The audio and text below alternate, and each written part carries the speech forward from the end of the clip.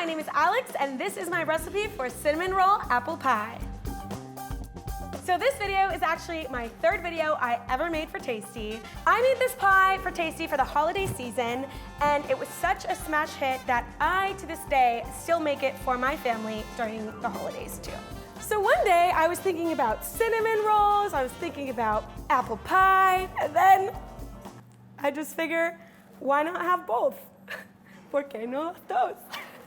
The visual you get once you bake this pie is insane, but let me tell you, the flavors are all so really classic. So I decided to make a classic apple pie and then utilize the cinnamon rolls for the apple pie crust. So I remember the testing process of this pie was pretty tricky, but the end result is so delicious, I promise. So the filling I used for this is pretty classic and simple. Of course, we added some sugar and cinnamon in there, and the cornstarch is there to help thicken up the filling. Don't skip it, because then you'll have a watery pie, and no one wants that.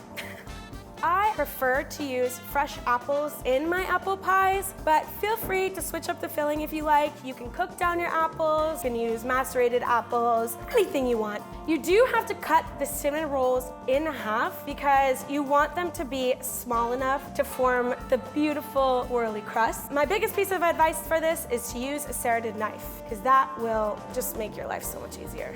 So to simplify this recipe, we ended up using canned cinnamon rolls because it just is so much easier and a quicker process to get the crust that you want. When I was originally testing this recipe, I wasn't sure whether I wanted to use pie dough or to just use cinnamon rolls. I decided to go with the cinnamon rolls because it really gave you that beautiful swirly visual. Because if a cinnamon roll apple pie doesn't have swirly cinnamon rolls, then is it really a cinnamon roll apple pie? Probably not.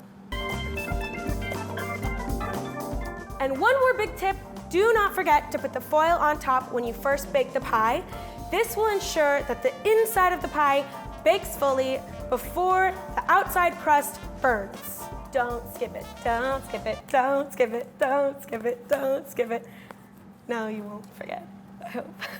Another reason I wanted to use the canned cinnamon rolls is because they all come with this delicious icing that everybody knows from their childhood. It just takes it to the next level. So the reason I love making this pie for my own Thanksgiving is because it is such a showstopper. Everyone is so impressed when you put it down on the table. It's so beautiful.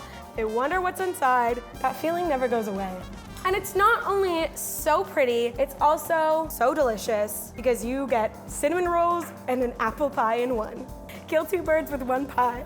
It seems like a lot of my videos are taking familiar flavors and then revamping them with a new twist on a crust. And I think that's because the crust is a great outward visual representation of the recipe. It's not always what's on the inside that counts. I know. I know, I'm not that shallow, guys. It is what's on the inside that counts, but just for cinnamon roll apple pie, it's what is on the outside that counts.